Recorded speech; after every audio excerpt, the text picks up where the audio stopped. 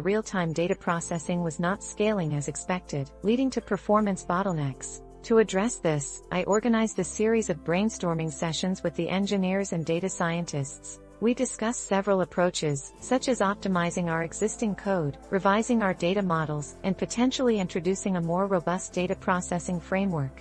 The conversations were dynamic, with ideas coming from individuals with varied levels of expertise and from different cultural perspectives. To manage this effectively and turn it into an asset, I encouraged everyone to voice their suggestions and concerns, fostering an inclusive environment. I also made sure that we evaluated each idea based not just on technical merit, but also on how it aligned with our project objectives and timelines. Ultimately, we decided to refactor some of our services and adopt Apache Kafka for the data streaming, which improved throughput significantly. I delegated tasks according to each team member's strengths and monitored the progress closely, addressing issues as they arose and ensuring everyone remained on track. The challenges of synchronizing a diverse team taught me valuable lessons about leadership, respect for different perspectives, and the importance of creating a collaborative environment where every voice is heard. Thanks to everyone's commitment and our collective ability to overcome technical and collaborative hurdles, we not only met our project goals but also strengthened our team's cohesion and ability to tackle future challenges together. That's an excellent example of teamwork, problem solving, and leadership in a real-world setting. Your ability to guide diverse groups through complex technical issues speaks volumes about your potential fit within our team-focused culture. Switching gears a bit, a significant part of this role involves not just reacting to problems, but proactively identifying areas of improvement. Can you describe a situation where you proactively identified a potential issue or area for improvement within a project or system and how you addressed it before it became a problem? Certainly, I've always believed that proactive issue identification and preventive problem solving are key to maintaining robust systems and ensuring project success. One particular situation that comes to mind was during my tenure at Anatech.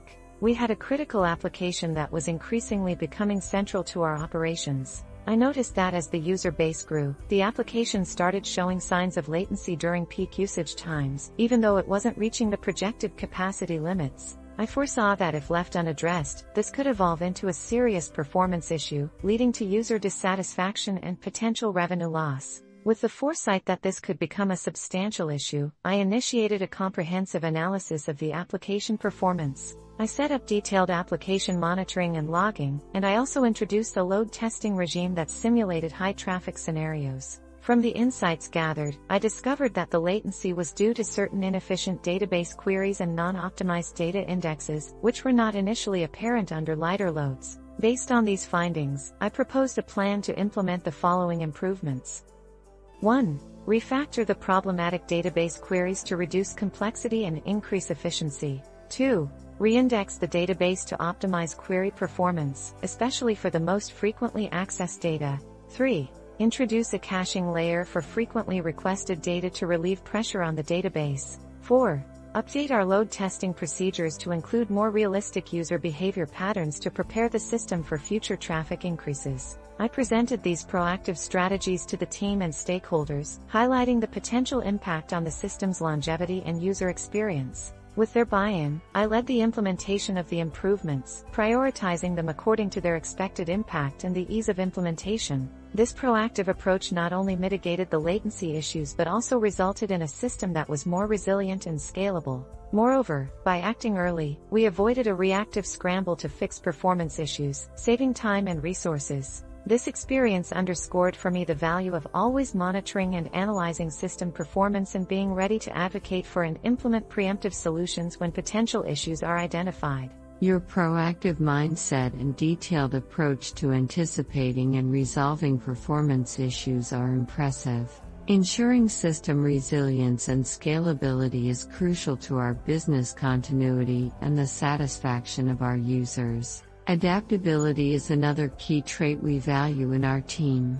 The technology landscape can change rapidly, and we need individuals who can learn and apply new technologies or methods quickly. Could you tell me about a time when you had to rapidly adapt to a new technology or paradigm shift within your industry? How did you go about the learning process, And how did you implement your newfound knowledge? Certainly, adaptability is fundamental in the tech industry given its dynamic nature. A situation that required rapid adaptation to a new technology was when my company decided to transition from a monolithic architecture to a microservices architecture. This was a significant paradigm shift because it involved changing not just our technology stack but also our team structures and development processes. To effectively lead this transition, I first immersed myself in understanding the fundamentals of microservices, as well as the associated challenges and best practices. I accomplished this through 1. Dedicated learning. I set aside scheduled time to read books, online articles, and research papers on microservices. 2. Online courses and tutorials. I enrolled in specialized courses that offered hands-on training on designing and implementing microservices-based systems. 3. Community engagement. I participated in forums, attended meetups, and engaged with other professionals who had undergone similar transitions. 4. Experimentation. I established a sandbox environment to experiment with microservices, which allowed me to learn by doing without affecting production systems. Armed with this knowledge, I formulated a plan to gradually implement microservices. I started by advocating for the adoption of containerization with Docker, which would enable us to encapsulate each microservice and its dependencies into a single container, making it easier to deploy and scale. Next, I introduced the team to Kubernetes for container orchestration, providing them with resources to onboard the new technology. I reskilled my team by organizing training sessions, code labs, and pairing them with experienced peers to facilitate upskilling. I architected a phased rollout, beginning with decoupling a few non-critical systems from the monolith to validate our approach before we progressed with more business-critical services. Throughout the process, I leveraged continuous feedback loops, allowing us to iterate on our strategy and quickly address any knowledge gaps or technical challenges. My personal adaptation to the new technology laid the foundation for my team's transition, and eventually, we successfully implemented the new architecture, which greatly improved our system's modularity, scalability, and overall resilience. This experience was a testament to the importance of adaptability, and it enhanced my ability to evaluate new technologies, assess their practical applications, and guide teams through significant technological transformations. The way you embrace the shift to microservices architecture speaks volumes about your adaptability and ability to lead your team through significant technological changes. Your strategic approach and commitment to continuous learning and team development are highly valuable in an ever-evolving tech landscape. Now, let's touch on a different aspect of your potential future role. Effective time management is crucial in meeting project deadlines and maintaining work-life balance. Could you explain your approach to prioritizing tasks when faced with multiple high-priority projects simultaneously? How do you ensure that you meet deadlines without compromising on the quality of your work? My approach to prioritizing tasks amidst multiple high-priority projects is a blend of careful planning, agile practices, and strong communication. Here's how I manage it. 1. Prioritization framework. I use the Eisenhower matrix to categorize tasks by urgency and importance. Critical and urgent tasks are tackled first. Important but not urgent tasks are scheduled for focused work. This helps prevent important projects from becoming urgent, which can lead to stress and potential burnout. 2.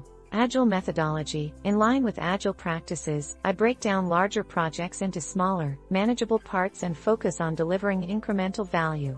This enables regular assessment of progress and reprioritization if necessary. 3. Daily planning. Each day begins with a review of my commitments, deadlines, and the current status of projects. I identify the most impactful tasks to work on for the day and allocate blocks of uninterrupted time to focus on those tasks. This is known as time boxing. 4.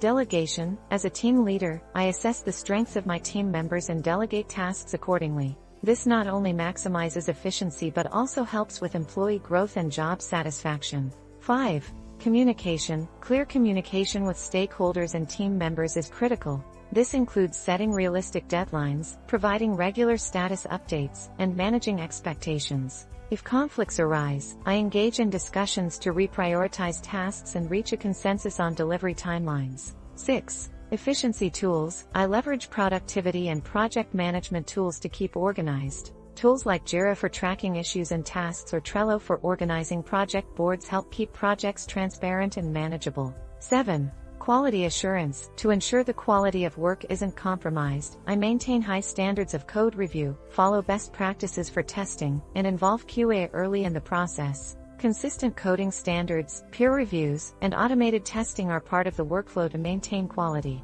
8. Work-life balance. Acknowledging the need for a sustainable work pace helps avoid burnout. I make sure to dedicate time to unwind and recharge. This is crucial not just for personal health but also for maintaining long-term productivity and quality of work. By combining these strategies, I'm able to effectively manage my responsibilities while delivering high-quality results within the necessary timelines. Over time, I've refined these practices to fit within different team dynamics and project requirements, ensuring consistent performance across various circumstances. Your structured and comprehensive approach to task prioritization and time management, including the use of the Eisenhower matrix and agile methodologies, is commendable. It seems like you have developed a strong system that enables you to handle complex workloads effectively while also considering the well-being of your team and yourself. As technology continually evolves, staying updated with the latest trends and best practices is crucial. What strategies do you employ to keep your technical skills sharp and ensure that you are up to date with industry developments? Staying current with the rapidly evolving tech industry is critical for my continued effectiveness and growth as a software engineer. Here's how I approach continuous learning and skill development. 1. Online education and certifications. I regularly engage in online courses and obtain certifications from platforms like Coursera, Udemy, and edX. These courses range from specific technologies to broader topics like system architecture and design patterns. 2. Reading and research. I stay abreast of industry trends and new technologies by reading tech blogs, journals, and books. Websites like Medium, Hacker News, and Stack Overflow are part of my daily reading routine to catch up on the latest discussions and discoveries. 3. Personal projects. I work on side projects that leverage new tools and languages outside of my day-to-day work. This hands-on experience allows me to experiment with and understand emerging technologies in a practical setting. 4.